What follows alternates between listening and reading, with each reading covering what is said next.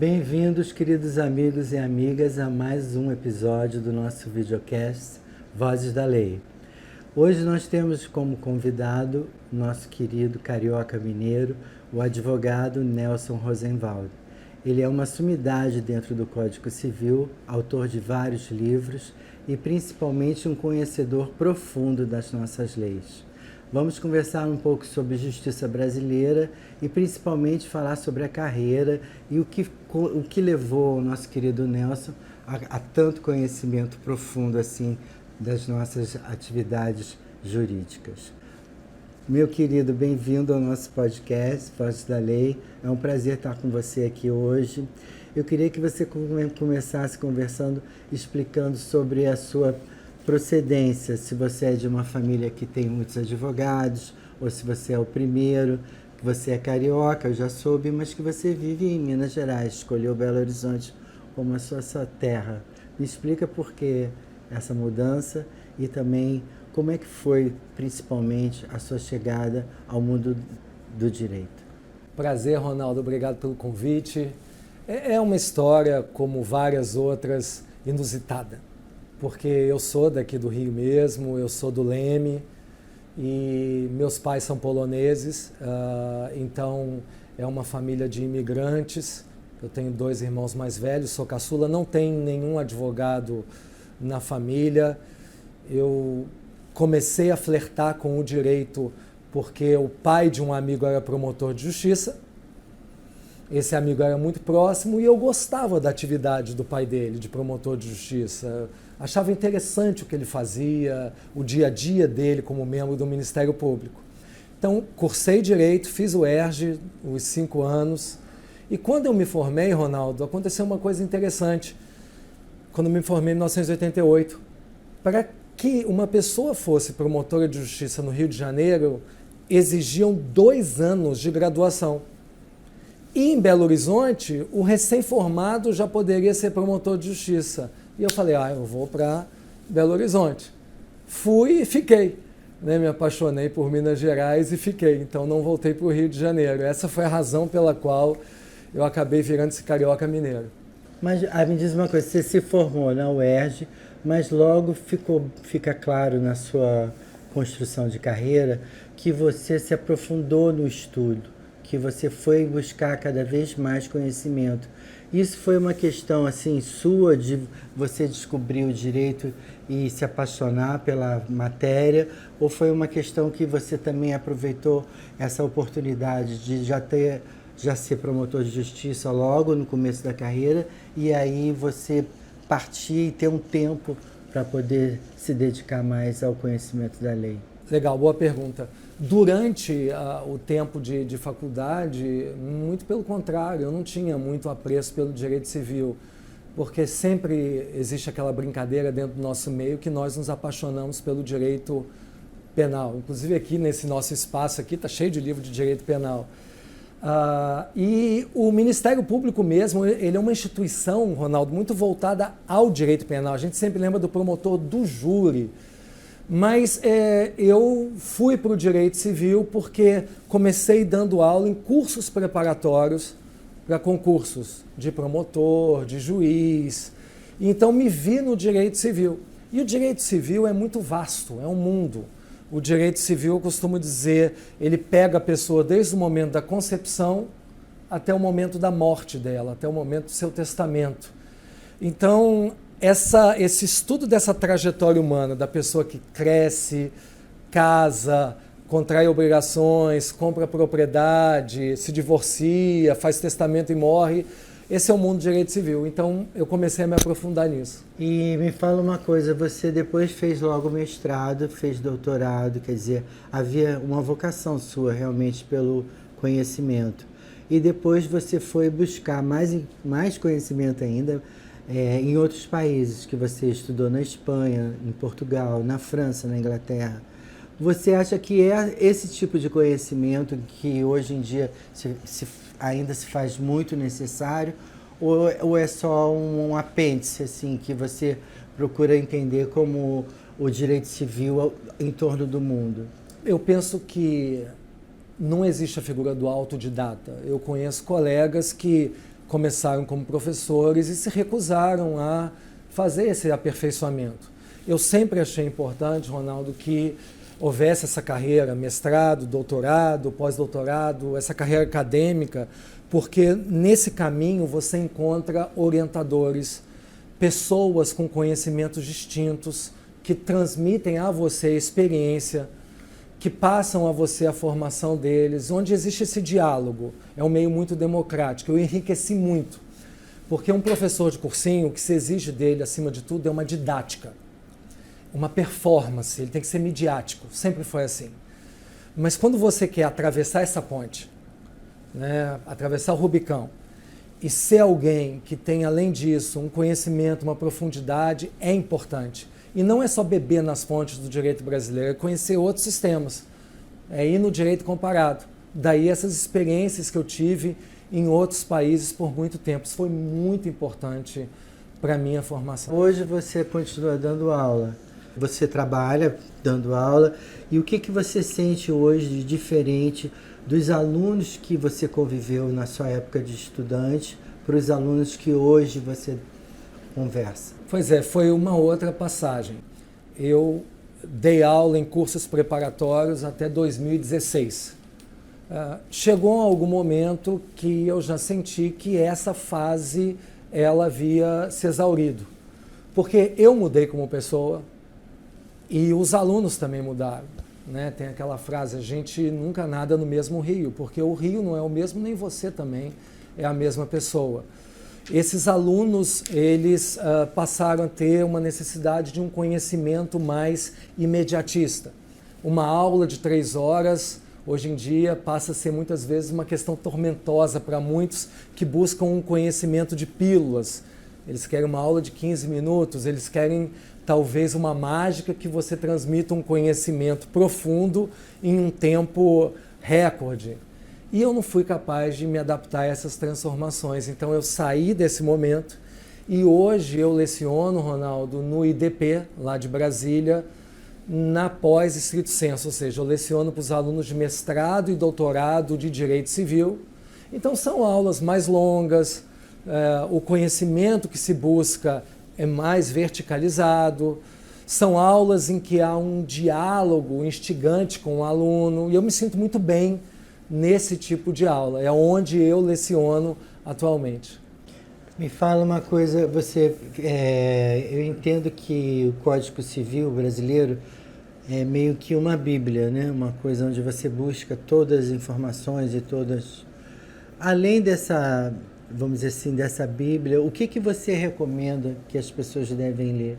Você acha que as pessoas devem estar ainda buscando uma literatura clássica sobre o direito, dentro do mundo do direito? O que você considera que hoje é importante que os alunos, mesmo que sejam ainda na primeira lato sensu dele, nos primeiros anos, o que você acha que é importante que eles leiam? Verdade. O Código Civil, ele é o centro do direito civil, mas ele não tem um monopólio do direito civil. O direito civil, ele é o código e uma série de outras leis especiais. Código Consumidor, Lei de Locação, Estatuto da Criança e Adolescente, Marco Civil da Internet. Então, esse é um universo muito grande, cada vez maior, porque o Brasil tem uma peculiaridade com relação a outros países, Ronaldo. A nossa lei civil, ela é volumosa, muda a todo tempo. Então, exige da pessoa um constante aperfeiçoamento. Não existe mais aquele profissional que se forma na graduação e simplesmente retira o time do campo. Não, ele sempre vai se aperfeiçoar. Então, o que eu recomendo é que essa pessoa ela tenha um civilista mesmo, um excelente Código Civil comentado, e ele também busque, dentro do direito civil, uma coleção de direito civil. As coleções de direito civil têm 7 volumes. E com tristeza eu te digo que muitas pessoas falam, não, eu não vou comprar uma coleção de 7 volumes. Eu vou comprar um manual, um volume único, que isso para mim basta. Um manual, ele pode ser interessante para situações críticas. Opa, eu tenho uma consulta de um problema que eu quero resolver naquele instante. Você vai no manual, no volume único. Mas para fins de conhecimento do civilista, ele realmente precisa de um estudo mais denso, de uma formação dogmática que demande dele tempo e energia. Eu repito, Ronaldo, não existe mágica em matéria de aprendizado, o que exige é uma dedicação. Até hoje, todo dia, pelas minhas manhãs, eu estudo e deixo a minha atividade do Ministério Público para a parte da tarde. Você é presidente do Instituto Brasileiro de Estudos de Responsabilidade Civil, o IBERC. Qual a atuação do Instituto e o que você pode destacar nesse trabalho? Esse instituto me deu e dá até hoje muita alegria. Ele foi fundado em 2017.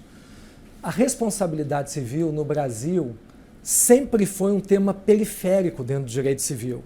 É como se fosse um filho enjeitado dentro do direito privado.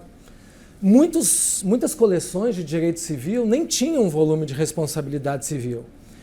Então, esse meu trabalho, ele nasce assim, de uma temporada de 6 meses minha em Oxford. Foi num período em que eu me aprofundei na responsabilidade civil. E a minha tarefa na volta ao Brasil foi reunir o grupo de pessoas que estudavam essa matéria, responsabilidade civil no Brasil. Nós fundamos esse instituto. Hoje nós temos 400 associados, 90% deles com doutorado, quase todo mundo estudando responsabilidade civil. E, Ronaldo, para minha alegria, nesses 5 anos nós já publicamos 13 obras coletivas, fazemos webinários, congressos nacionais e internacionais. Então, a responsabilidade civil, graças a esse instituto, hoje ela se agiganta no Brasil. Então, para quem está nos vendo, o que basicamente é a responsabilidade civil? É desde uma pessoa que é atropelada na rua e ajuiza uma ação de indenização, buscando uma reparação, passando por todos os setores, a responsabilidade médica, ambiental, no direito do consumidor, na ordem econômica. Então a responsabilidade civil ela faz um corte por todo o direito. É uma matéria incrível e fascinante. Você quer dizer que assim, a responsabilidade civil hoje ela tem que ter uma atitude, uma ativação maior até do que você colocar que o governo tenha uma obrigação sobre a questão da sociedade. A responsabilidade civil, ela é, de fato, a sociedade como um todo tomar a responsabilidade de fazer as principais mudanças. Isso. A responsabilidade civil é como se fosse um repositório de todas as disfuncionalidades do sistema. Então, assim, Ronaldo, tudo que dá errado no contrato vai para a responsabilidade civil. Tudo que dá errado em propriedade, responsabilidade civil. Se há uma violação aos seus direitos da personalidade, à sua honra, à sua imagem, à sua privacidade, responsabilidade civil. Hoje, 2022, toda a questão relacionada à inteligência artificial, proteção de dados, há alguma violação, responsabilidade civil. Então, a responsabilidade civil é uma espécie de filtro que recebe todas essas patologias do sistema. Por isso que ela merece ser estudada. Então, está muito ligada aos nossos direitos fundamentais. A proteção dos nossos direitos fundamentais, quando eles são violados, eles recebem tutela pelo filtro da responsabilidade civil, da importância disso. Agora, na época que a gente passou e ainda passa um pouco sobre a questão da pandemia, essa questão da responsabilidade civil, como é que ela é aplicada? O IBERC, inclusive, lançou uma obra, Responsabilidade Civil e Pandemia, logo no início, foi em 2020, uma obra que foi muito bem recebida, onde nós justamente tratamos dos vários setores da responsabilidade civil afetados pela Covid. Então, ao contrário do que muita gente pensa, não é só o aspecto médico, não é só a questão ligada ao atendimento médico, não. A responsabilidade civil entra naquele contrato que é descumprido por força maior. Naquela questão de um comerciante que pede uma revisão de um contrato porque as suas vendas são afetadas pela pandemia. Um locatário que necessita de uma revisão de um contrato em razão da perda de clientela e isso faz com que ele peça ao locador para que haja uma redução do valor. Então, a responsabilidade civil, ela permeia todos esses setores da nossa vida. A vida como ela é mesmo, do Nelson Rodrigues. Essa é a responsabilidade civil. Queria entender uma coisa. Você que estudou lá fora, viu outros sistemas de sociedade e do direito, todo mundo fala muito que a sociedade americana, o direito é baseado em contratos, e que os contratos entre civis, vamos dizer assim, são as coisas mais importantes no mundo do direito. Que todo advogado sabe fazer contrato de tudo, desde comprar uma casa até comprar uma empresa, enfim, tudo que há possibilidade de haver um contrato, tem que ter um contrato. Por que no Brasil as coisas aqui acontecem muito assim, soltas, deixam que as coisas caminhem, você não assina quase coisa alguma, e a responsabilidade civil fica um pouco afetada com isso, em questões de saúde, planos de saúde, disso e daquilo. O que você acha que poderia dar uma mudada para que essa filosofia do direito pudesse mudar um pouco aqui no Brasil? Esse é um ponto tão importante. Eu sou um fã do sistema anglo-americano porque ele é basicamente regido pela tradição. E o que significa isso? Significa, Ronaldo, que os precedentes jurisprudenciais de 200 anos atrás, eles são respeitados até hoje. É claro que, eventualmente, novas páginas de um livro são escritas, mas eles respeitam o capítulo anterior. Existe uma consistência e uma coerência em tudo aquilo que se decide e faz. Então, quando dois cidadãos eles fazem um contrato, eles têm uma segurança jurídica de que aquele contrato vai ser respeitado. Isso se chama enforcement.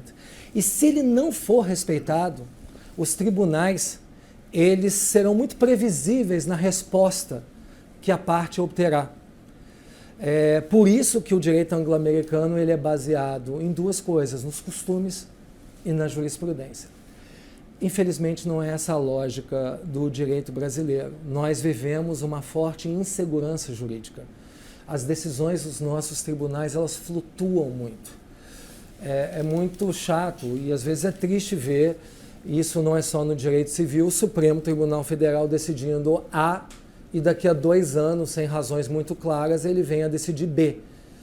Então você imagina que num conflito entre Nelson e Ronaldo, isso já é algo difícil de se engolir, mas pense em 2 investidores, Nelson e Ronaldo, que pensem em um país onde eles queiram colocar investimentos a longo prazo, uma situação em que não há uma previsibilidade quanto às decisões dos nossos tribunais, em que o que importa é a decisão de 2022 e não todos aqueles precedentes que vieram lá de trás.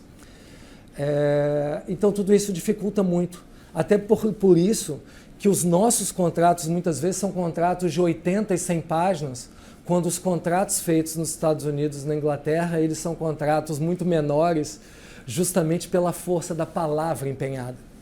Uma curiosidade, Ronaldo, muitas pessoas que estudam comigo falam, por que lá na Inglaterra e nos Estados Unidos ninguém fala em boa-fé objetiva? Aqui no Brasil tanto se fala em boa-fé objetiva, porque lá eles não precisam de uma boa-fé objetiva. A confiança já é íncita ao contrato. Quando as pessoas elas exercem sua liberdade de contratar, a boa-fé já é parte do esquema, já é implícita na racionalidade deles. Aqui a gente traz muita ideia de boa-fé para introjetar algo que não faz parte do nosso sistema.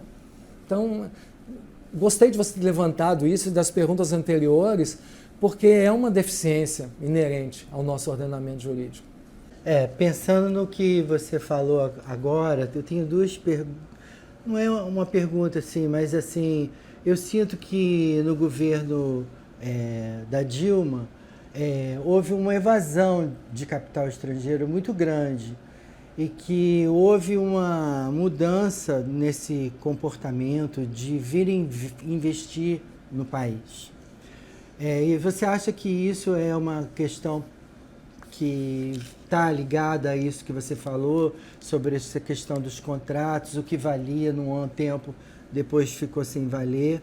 E perguntando depois um pouquinho, se você, com todo esse teu conhecimento, você acredita na justiça brasileira? Essa pergunta vai muito além do horizonte contratual.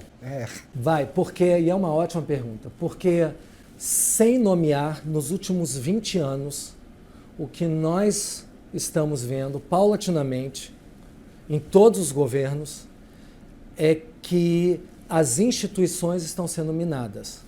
E a credibilidade de qualquer país vem com base em instituições que são fortes. E quando eu digo instituições, eu digo Ministério Público, Polícia Federal, Tribunal de Contas, Banco Central, Caixa Econômica, Banco do Brasil, agências reguladoras.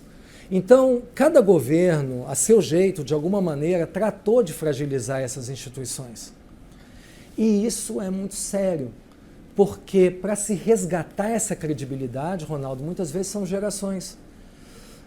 Utilizando uma frase do ministro Barroso, ponto fora da curva, a Lava Jato foi um ponto fora da curva, quando na verdade deveria ser a regra em qualquer país. A Lava Jato foi um estado de exceção no Brasil. Eu sou membro do Ministério Público, eu vi o esforço hercúleo dos membros do Ministério Público na Lava Jato, do Judiciário, e infelizmente isso se perdeu por várias interferências que foram acontecendo até hoje. Então vai ser muito difícil essa recuperação. Ou seja, respondendo a sua pergunta diretamente, quando nós pensamos em um investidor estrangeiro no Brasil, eu não penso apenas em alguém que quer ganhar dinheiro. Eu penso em alguém também que dentro de uma empresa ele quer regras claras. Ele não quer amanhã ter que partir por um ato de corrupção para fazer um contrato. Ele quer que o seu produto ele vingue no Brasil, o seu empreendimento vingue no Brasil pela qualidade que ele tenha. E muitas vezes o Brasil não é o lugar ideal para isso, justamente por todas essas dificuldades institucionais que passam em muito âmbito contratual. Todos esses custos marginais que existem para que a pessoa possa entrar no Brasil e desenvolver uma atividade.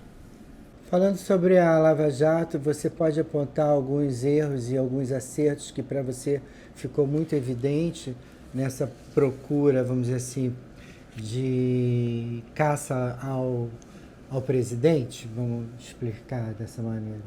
Eu penso que a Lava Jato teve muito mais acertos que erros. Ah, que bom. Erros existiram, mas assim, foram erros pequenos, pontuais, que poderiam ter sido muito bem sanados dentro da legalidade constitucional e que foram tão pequenos que, se vocês pensarem, as condenações que ocorreram ao longo da Lava Jato foram condenações referendadas pelo Tribunal Federal, 3 juízes, condenações referendadas pelo STJ, mais 5 juízes.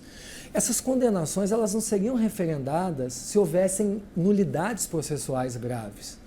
Então, na verdade, o que aconteceu foi que o mundo político ele se uniu contra a Lava Jato porque realmente eram vários interesses contrariados, interesses tradicionais.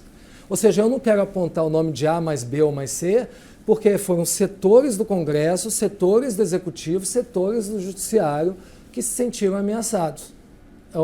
Por isso que eu parabenizo todo esse trabalho da Lava Jato que foi realizado ao longo desse tempo. Você acha que o Sérgio Moro, o juiz Sérgio Moro e o Delanhol fizeram um trabalho interessante para Lava Jato, contribuíram muito? Sem dúvida, eu creio que foi um trabalho excelente e até porque o que, acima de tudo, deve se propor o Ministério Público é justamente velar pela segurança jurídica e velar também pelo erário, pelo bom uso do dinheiro público. É muito triste a gente ver, Ronaldo, um país tão rico, com tantas fragilidades em termos de saúde, educação, saneamento básico, muitas vezes porque aquelas verbas que deveriam chegar ao seu destino, elas não chegam. E muito isso em razão da corrupção. E muito isso em razão da própria impunidade. Quando em determinado país, determinadas autoridades, elas têm a segurança de que o ato ilícito, ele se paga e ele se remunera, e que não há um enfrentamento, é claro que a corrupção, ela ganha espaço. E uma força como a Lava Jato, infelizmente, para que ela possa renascer em outras bases, ela vai demorar.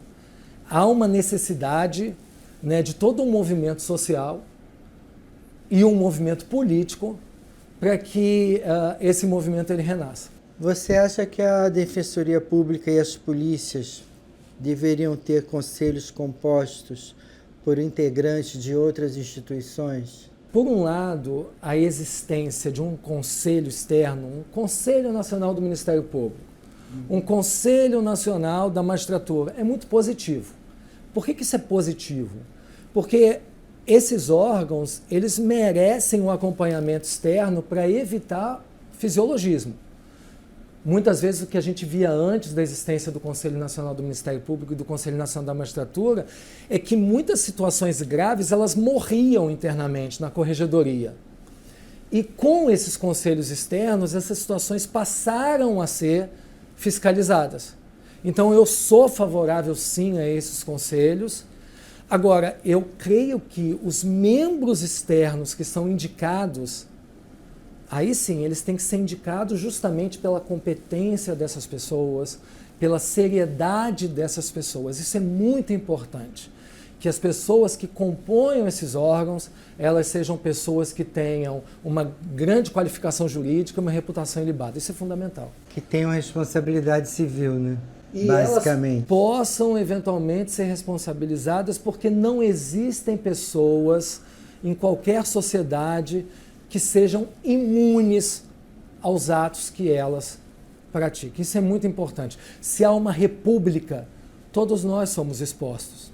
Todos nós como autoridades acima de tudo, porque nós damos o exemplo. Você vê que o momento é um momento assim, muito conturbado, né? Muito antagônico, né? As pessoas buscam muito essa questão da relação do ódio e uma relação muito assim friccionada e não há uma conversa para que haja uma união em prol de uma sociedade. Eu acho que quando existe muito esses momentos, quando na história da humanidade acontecem esses momentos, e não estou falando que é um momento só do Brasil, né? A gente sente que é um momento que há uma polaridade muito grande no mundo e existe realmente um risco para a democracia. Você acredita que o Brasil hoje tem a democracia como instituição, ela corre um risco? Olha, o risco à democracia tradicional, constitucional, ela não é só do Brasil. A tendência a que líderes populistas eles assumam democracias e eles desvirtuem as instituições democráticas é muito grande. E, para mim, o motivo principal se chama algoritmo. Ou seja, tudo aquilo que o Google começou a fazer para te fidelizar como consumidor, hoje, os grandes cientistas da computação, e a gente vê no Brexit, na eleição do Trump e várias outras, simplesmente aprofundar essa polarização entre grupos. Isso é muito interessante. Então, nós vemos que aquela pessoa tem um interesse em tal grupo político, nós simplesmente colocamos ela numa bolha. E essas pessoas que estão em bolhas, elas vivem aquelas realidades como se aquelas narrativas ficcionais fossem a realidade fática. E isso distancia a bolha A da bolha B. Isso acontece no Brasil, isso acontece em qualquer outra democracia. E esse tipo de polarização, Ronaldo, atrai líderes que sejam populistas, que tragam remédios sedutores para problemas que são difíceis. Porque para uma democracia vingar e continuar ao longo do tempo, o que se requer é um trabalho sério. E muitas vezes o que o líder populista ele propõe são milagres, são respostas automáticas e fáceis para problemas difíceis. Então, eu não vejo apenas uma ameaça à democracia brasileira, eu vejo uma ameaça à democracia tradicional como um todo, como um sistema representativo. E a gente vê isso na Europa, nos Estados Unidos, e no Brasil é mais triste porque a nossa democracia é uma democracia jovem e não tão consolidada. Você acha que essa questão armamentista, de armar a população, ela está vinculada a esse processo? É uma coisa com a qual eu não compactuo.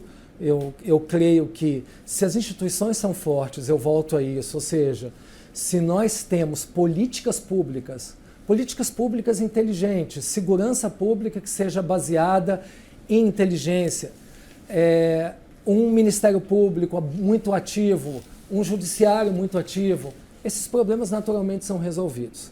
A questão de armar a população, muitas vezes, é um subterfúgio para determinados políticos que querem simplesmente expandir o seu eleitorado. Eu não vejo isso com bons olhos, não. Eu acho que isso só traz muita violência. Colocar armas nas mãos de pessoas que não são preparadas, isso apenas aumenta a violência. Voltando ao Código Civil, tem umas perguntas que me pediram para fazer. Eu não sou expert em Código Civil, mas enfim, fala aqui sobre o artigo 426. Não pode ser objeto de contrato a herança da pessoa viva. Você entende que esse artigo que veda o Pacta Curvina impede que as partes estabeleçam em pacto antinupcial a renúncia antecipada à futura herança e ao direito real de habitação? Como essa é uma pergunta muito técnica, Ronaldo, Eu sei. não é, mas assim, eu prefiro responder de uma forma até mais aberta. Eu creio que no Brasil, e esse é um problema nosso, nós não estamos acostumados verdadeiramente com liberdade, com autonomia. As pessoas no Brasil, elas não gostam de exercer sua liberdade. No Brasil, pouca gente faz testamento. Se você perguntar quem faz no Brasil testamento biológico, quase ninguém. Pacto antinupcial, quase ninguém. As pessoas simplesmente preferem ser tuteladas pelo Estado. Então eu acho que já é hora de mudar a nossa filosofia e deixar um espaço mais de liberdade para as pessoas decidirem quem são seus herdeiros, um pacto antinupcial mais flexível, para que as pessoas elas possam decidir sobre seus bens digitais. Enfim, essa pergunta ela entra nessa questão. Já é a hora de nós entendermos que somos os protagonistas de nossas vidas, devemos ter mais coragem e liberdade, que nem os americanos e ingleses têm, né, de perseguir os nossos próprios atos individuais e nos responsabilizar por eles. Muitas vezes no Brasil o que nós temos é acreditar muito no Estado. Um Estado que será o nosso pai, o nosso padrasto, que vai nos cuidar, botar a mão na nossa cabeça. Nosso provedor, né? Provedor. A gente tem que mudar. É um pouco assistencialista essa conversa, né? Exatamente. Que também está muito ligada a essa questão que você falou do governo populista. Exato. Para terminar, eu sei que hoje você veio ao Rio de Janeiro e está lançando um livro. E eu gostaria que você falasse para a gente, está lançando na Livraria Argumento, eu sei que muita gente vai ver depois, mas eu acho que é importante para os alunos de Direito e para, enfim, quem gosta do tema, ir lá e procurar uma coisa brand new, bem nova, que está sendo falada sobre direito até de consumidor.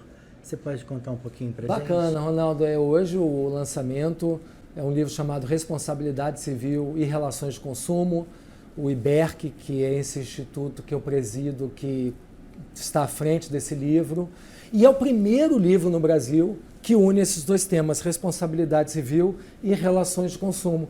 Porque nós como consumidores, toda hora estamos diante de problemas de responsabilidade civil. Não é simplesmente a questão do dano moral. São questões contratuais, de produtos e serviços que eles não atendem nossa segurança, que não atendem nossa confiança. Então, são 40 artigos escritos por brilhantes autores que dissecam essa interlocução entre a proteção ao consumidor e, eventualmente, uma responsabilidade civil por danos que esse consumidor sofra. Então, é um ótimo livro. Ah, que bom. Quero agradecer a você, Nelson, sua presença aqui hoje no Vozes da Lei. Convido vocês todos a assistir nosso episódio, que com certeza vai abranger muito conhecimento e muita sabedoria que foi passada para a gente aqui hoje. Quero agradecer ao 15º Cartório, nosso apoiador, e também ao espaço que hoje nós estamos ocupando aqui, da advogada Daniela Galvão, e fiquem conosco para nossas próximas atrações. Desde já, um abraço grande para vocês, nossos ouvintes.